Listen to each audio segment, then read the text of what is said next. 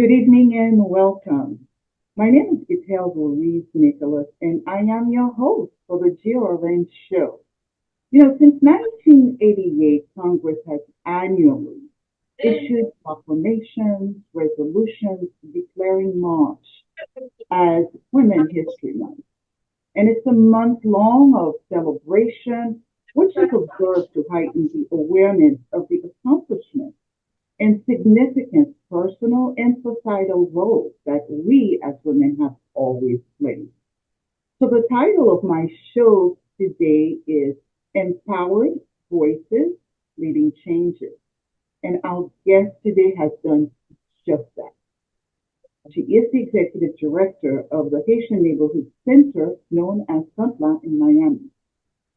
Since 2001, Gepsie Metellus has led a pathway to provide a lifeline for the Haitian community.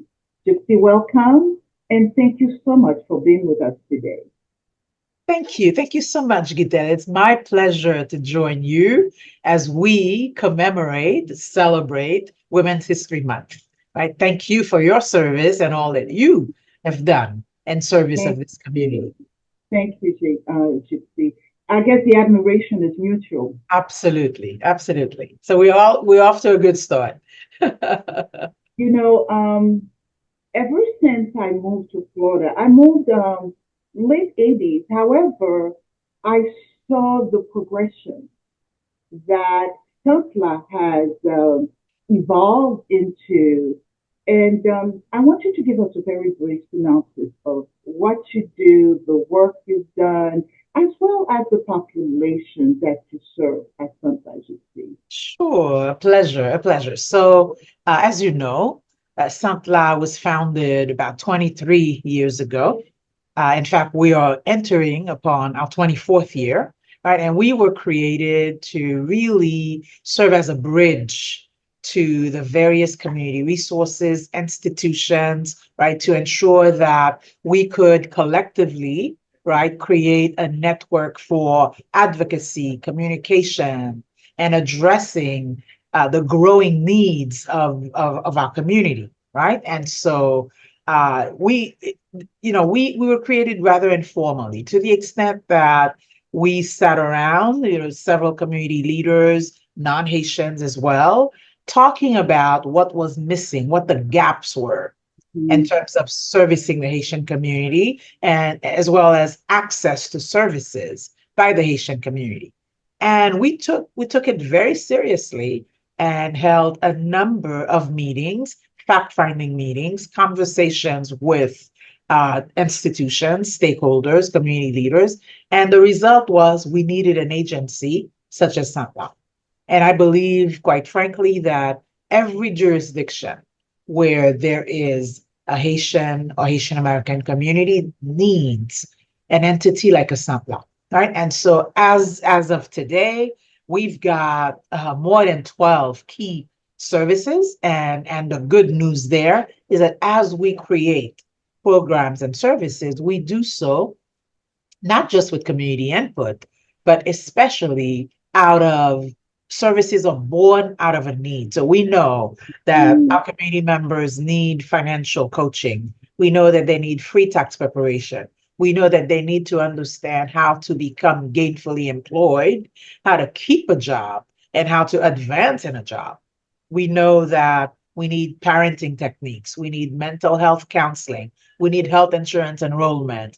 We need support for our children, right? From pre-K to early learning to post-secondary education, right?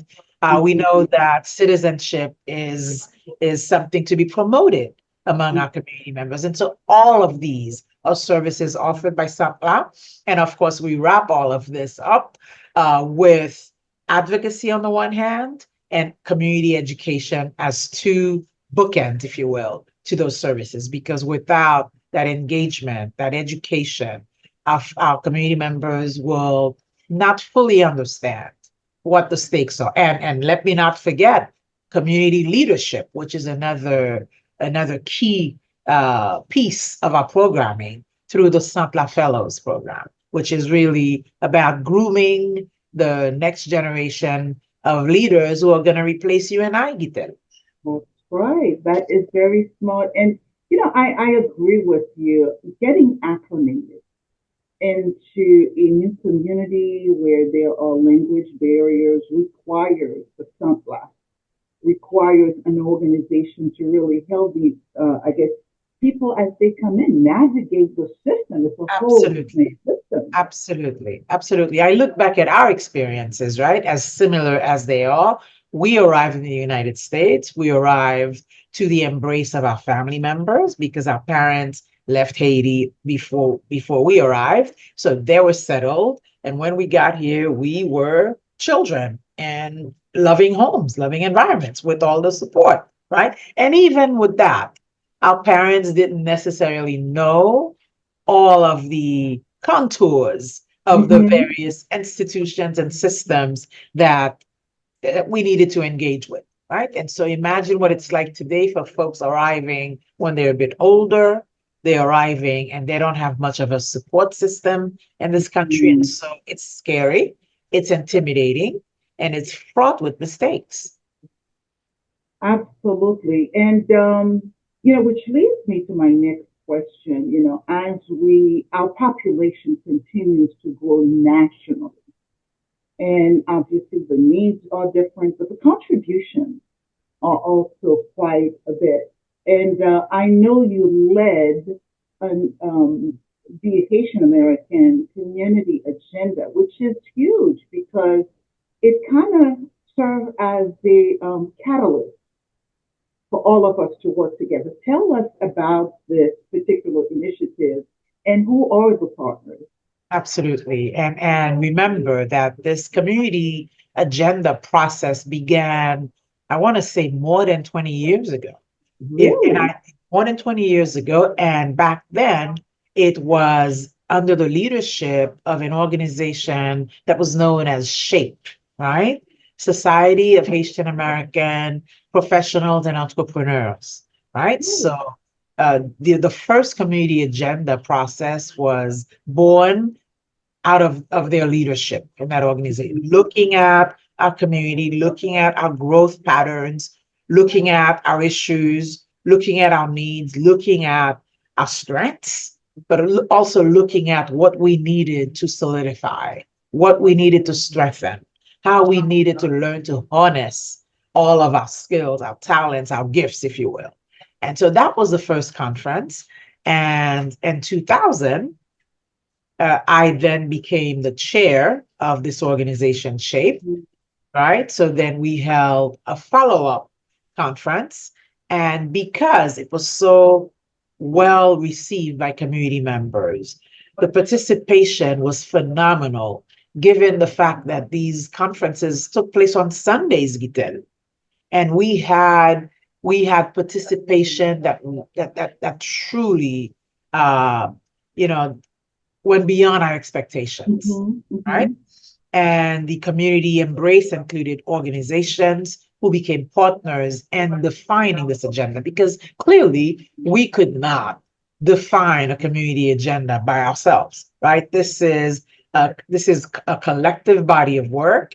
This is an agenda. Well, not this is an initiative that all Mm-hmm. of us need to participate in because each of us in our respective organizations and our respective fields have the expertise to suggest or to contribute to our collective advancement, right? And so all of the organizations that you're aware of, from all the social service organizations to all the professional associations. And by the way, we have seen a tremendous growth in professional associations in our community. Mm-hmm.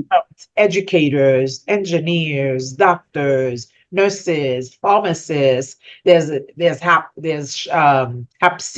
the Mm-hmm. Professionals Coalition, right? And then of course the community-based organizations, the Sant, the FARMS, the QUANS, the CHS, and a new growth, a new crop, if you will, of organizations, prosperity.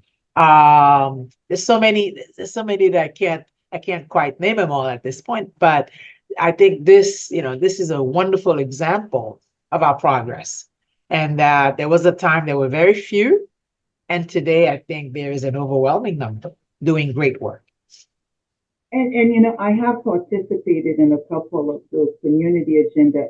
I find them very empowering, and also it gives us an idea to collectively create a map Yep, a of roadmap. Absolutely. assessment of where we are, where should we go, where could That's we right. go, and That's who right. are the key players who can pretty much execute what That came is out of that. So I applaud you for continuing to do that, because you don't want to do things just to do things.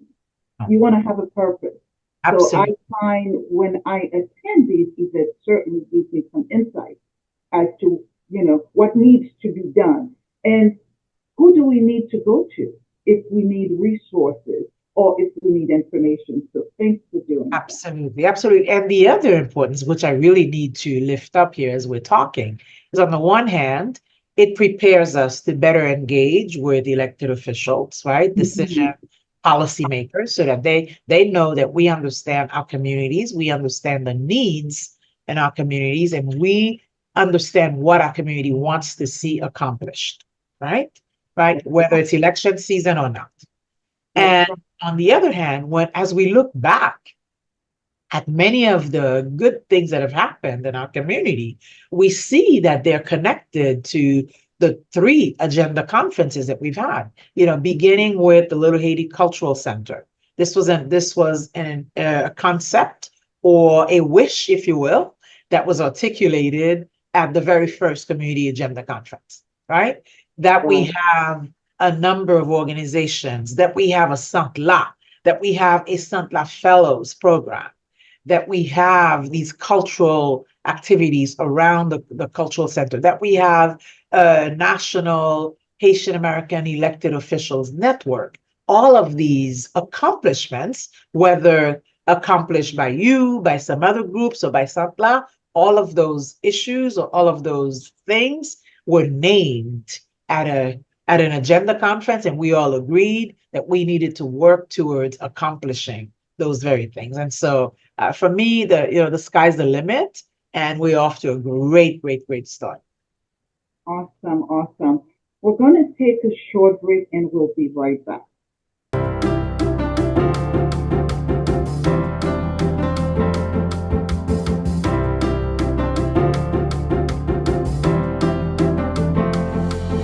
To learn more about what we do, to get involved in our mission to help all of Broward's children learn, grow, and thrive, or to find a program or service for your children, visit us at cscbroward.org. The Children's Service Council of Broward County.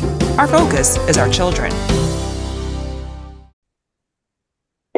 We are back and we have with us Gepsie Metellus, the Executive Director of Sant in Miami.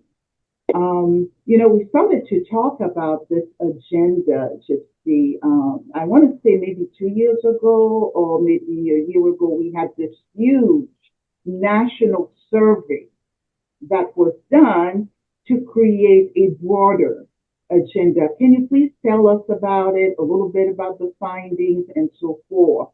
Absolutely. And again, the diaspora engagement has always been a a steady issue or a steady item in the three agenda conferences that we organized, right? And so last year, under the leadership of a group called ADC, Haiti Diaspora Coalition, Collaborative, excuse me, Haiti Diaspora Collaborative, we commissioned a survey from FIU Metropolitan Center. This is a group of researchers who are accustomed and, very experienced at designing similar surveys so that we could better understand the makeup of the Haitian diaspora and the United States, right? Where are we? How many are we? What's our profile socially, economically, politically? What are our aspirations? What do we want to see happen in Haiti? How engaged do we want to be or not? What's our source of news and information, whether about Haiti or locally? And so there were a number of very rich questions that Mhm. really provided some groundbreaking information that reaffirmed, one, that the diaspora is strong, over 1 million strong, right? Remember, I'm talking about the Million diaspora and the strong, that's a United lot States. of people.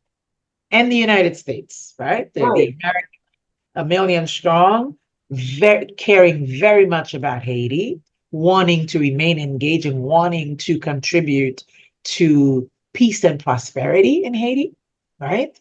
Diaspora that also understands that we need to be strong where we are, right? Mhm. That is in Mhm. our local jurisdictions, such that we can then not just influence what happens in our local communities, but that we can also influence what happens in Haiti, right? So all of this became crystal clear for us that there was an appetite for this, but that we needed to roll up our sleeves, right? Mhm. Because remember that nothing that's worth doing is ever easy, Mhm. right? And so we That was recognize an that. ambitious project, and I think I was on one of the polls. I was amazed Mhm. at what was accomplished in that period of time during the survey. Absolutely. And part of the good news is that there was such an appetite on the part of diaspora members, whether they're based in New York and Illinois and Georgia and New Jersey and Massachusetts, wherever they were, and Iowa and Utah. People were hungry, right, Mhm. to figure out a way for them to be engaged in Haiti in very deep, deep, deep ways. And so we are working towards figuring out what that will look like. But the bottom line is that the answer was a resounding yes. The diaspora wants to be engaged, is engaging in various ways, but we need to just harness our collective strength by doing this engagement together. Great, great, great. I've sometimes I have conversation, whether it's my husband or friends, we're saying the United States we're seeing today is not the United States that was back in the 60s, 70s, or even 80s when we were coming in. People were embracing us as a new group. They understood our contributions, but I have seen so much anti-immigrant sentiment in all parts of the United States. And sometimes I wonder if they truly understand how we contribute as immigrants to the community. So I'm not sure the survey has touched on that, but I think it's important for us as a people, as well as others, to understand what is the contribution of the Haitian diaspora today. Absolutely. And I think you're right. The survey, indicated that we were involved in various professional sectors, showed a very impressive growth or steady growth in education and income, right? But there's more to be done in this area, that's for sure. But to your comment about the changing face of immigration in this country, yes, it is changing significantly. Mm-hmm. The United States to which we arrived is not that same country because the immigrant population has increased, right?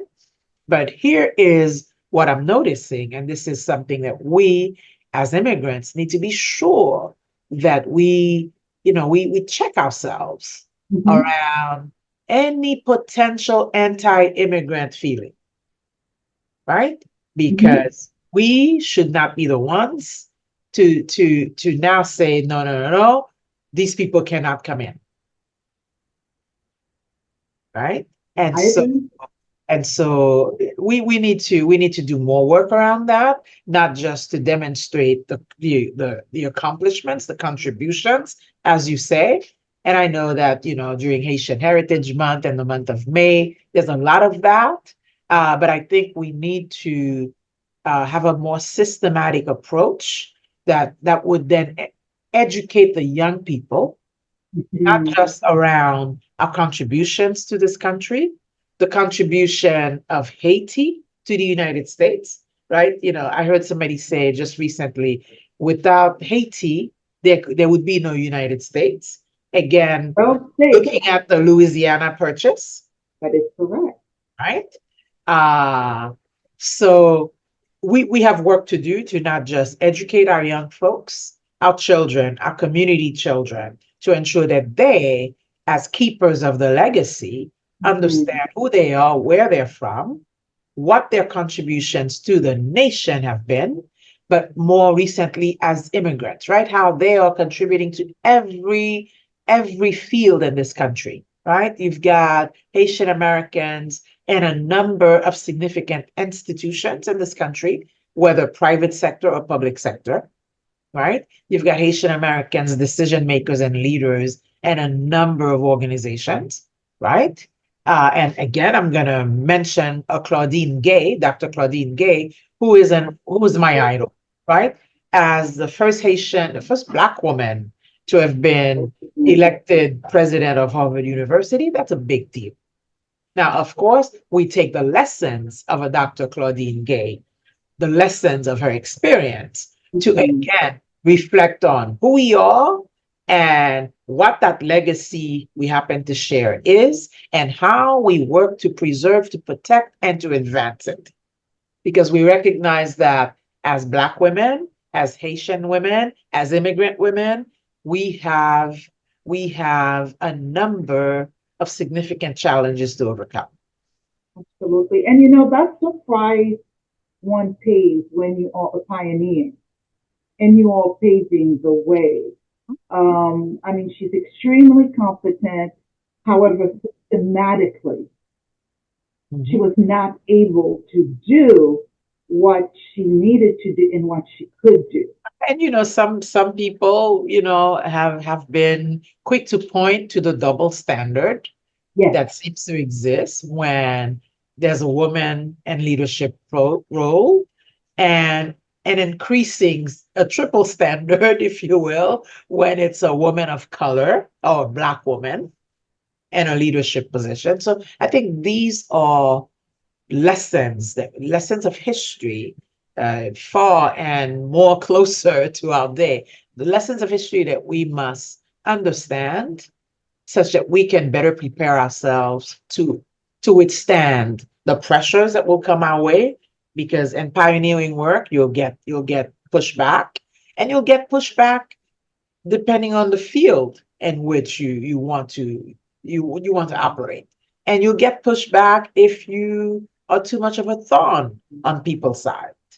Right. If you stand for the right thing, as I tell my daughter, as you get elevated professionally, it gets harder.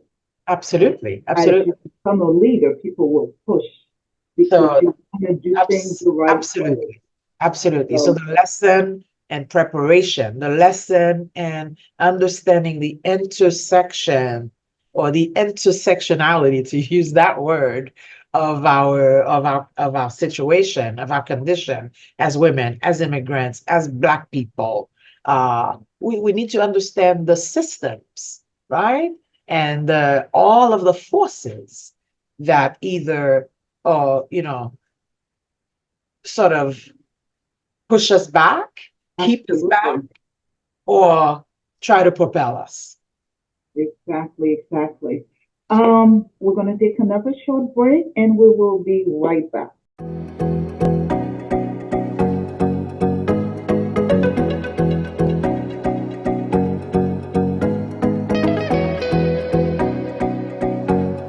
To level up for us at Sant means a strategy that is in keeping with our mission and our vision of a self-sustained, of a fully integrated Haitian American community, right? And so to level up begins with us leveling up, right? In terms of making sure that our programs are designed to, in fact, meet clients where they are, to help them reach their individual potentials, their individual goals. Leveling up means that we as an organization continue to build our own capacity, ensure that our team is ready to meet the multiple challenges our community faces. And so we're leveling up, for example, by being homeowners. We own our own building, which is a donation by Bank of America, right? To level up means that the programs and services that we offer to our clients are designed to exactly assist them, accompany them, help them to reach their goals, reach their potential, and thrive, right? To level up means that we have to have the resources that we need to enable us to continue to build on our very mission-oriented, mission-driven programming. And all of this will enable us to reach this vision, which is ultimately about leveling up.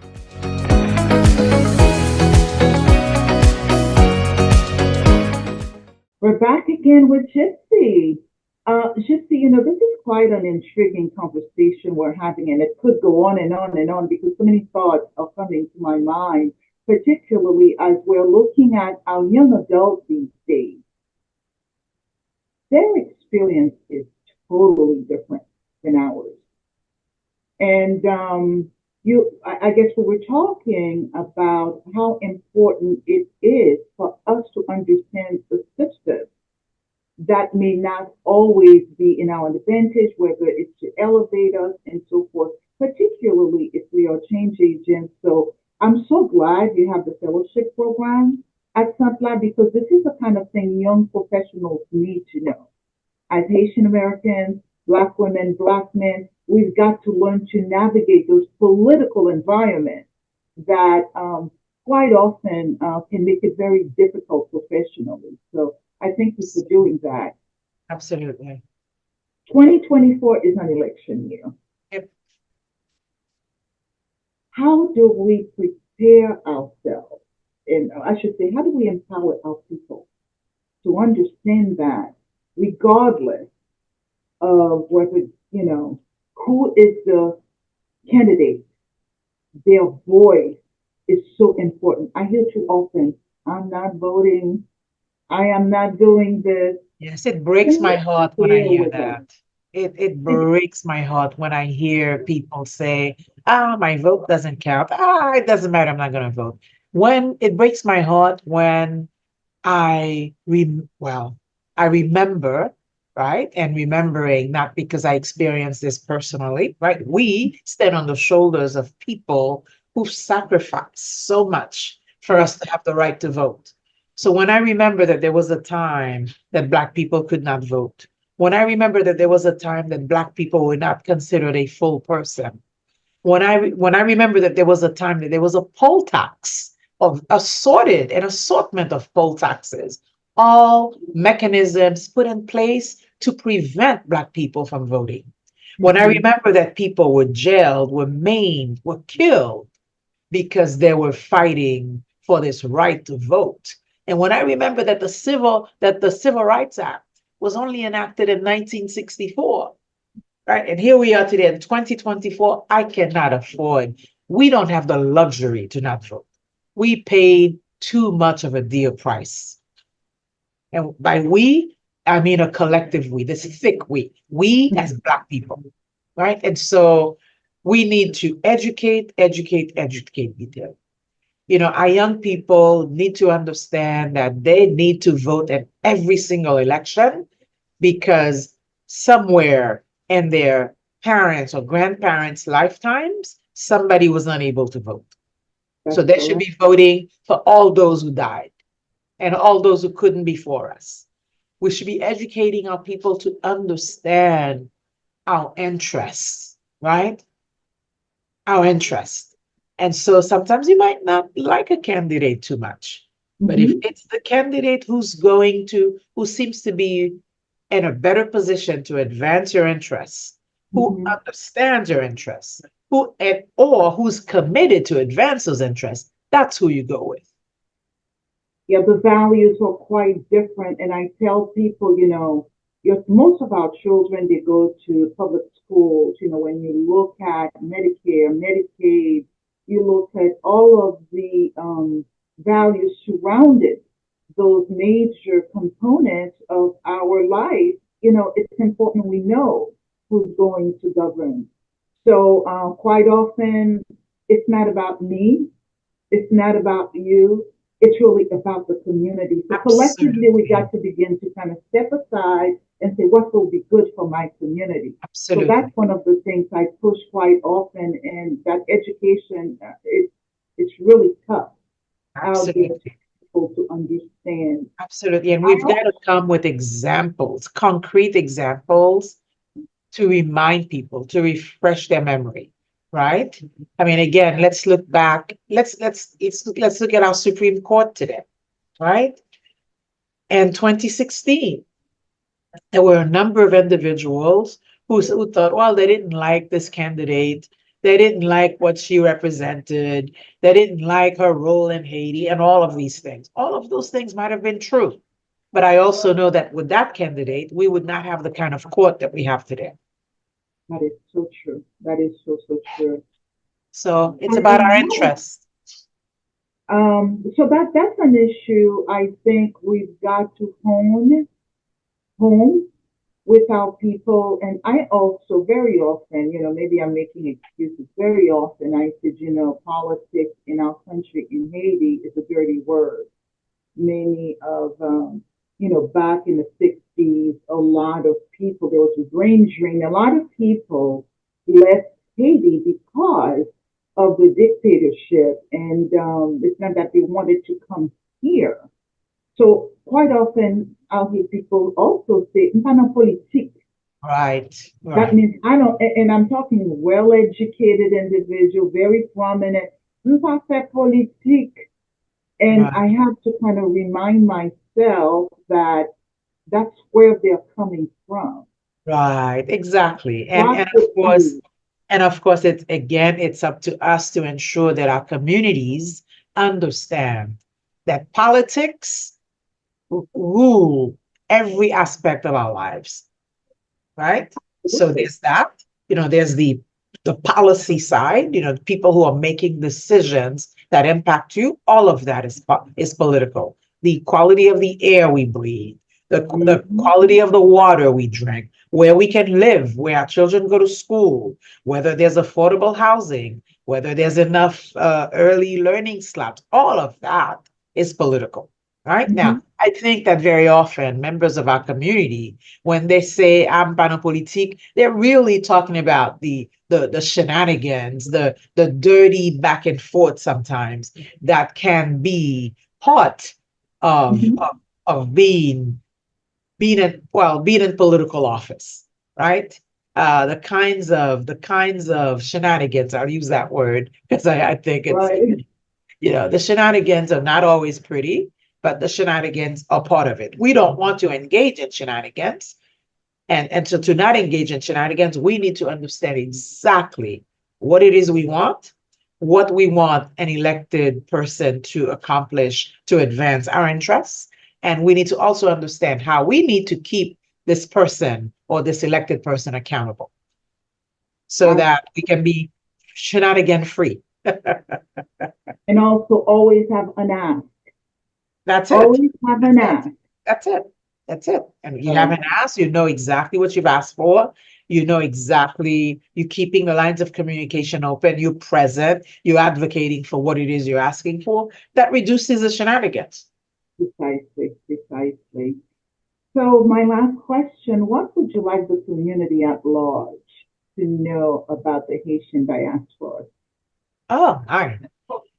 Wow, what a question, Gitel. The community about the Haitian diaspora is that we are hardworking immigrants. We arrived in the United States, initially fleeing the Duvalier dictatorship, most of us. And this dictatorship created the conditions, right, economic, social, political, that turned Haiti into a living hell for many Haitians who had no choice but to flee, to run for their lives, right? And so for the past 50 years, that's what we've seen evolve in Haiti, a succession of administrations, of governments that did not build an atmosphere that would be conducive to peace and prosperity, an atmosphere that would invite Haitians to not want to leave. Nobody wants to leave their home. Right. No immigrant wants to pack up, pick up their lives, and move to uncertainty elsewhere. It happens. Conditions, forces of nature, of politics, of policies create the conditions that compel us to leave. Mhm. And this is a global truth, I would say. Right? And so we're resilient, we're hardworking, we're builders, right? We're contributors, we're advancing the well-being of this country's economy, this country's health.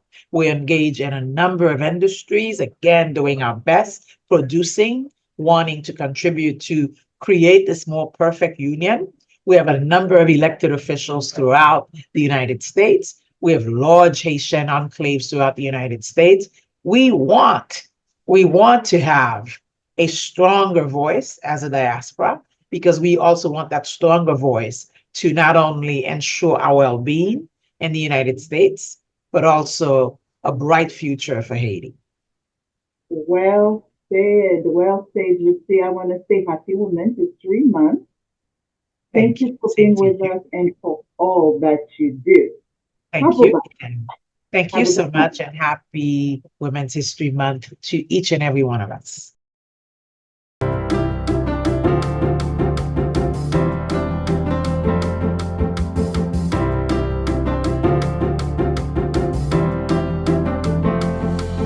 To learn more about what we do, to get involved in our mission to help all of Broward's children learn, grow, and thrive, or to find a program or service for your children, visit us at cscbroward.org. The Children's Service Council of Broward County. Our focus is our children. Women of all backgrounds have significantly contributed to our society. We are mothers, daughters, sisters, wives, lovers, leaders, and we fulfill many, many, many roles. So throughout history, every day, I am inspired by the history makers, the barrier breakers, change agents, and many of the unsung heroes that we are not aware of. So I say thank you to all the women and hope that we will commit to celebrating each other every day. Good night and have a wonderful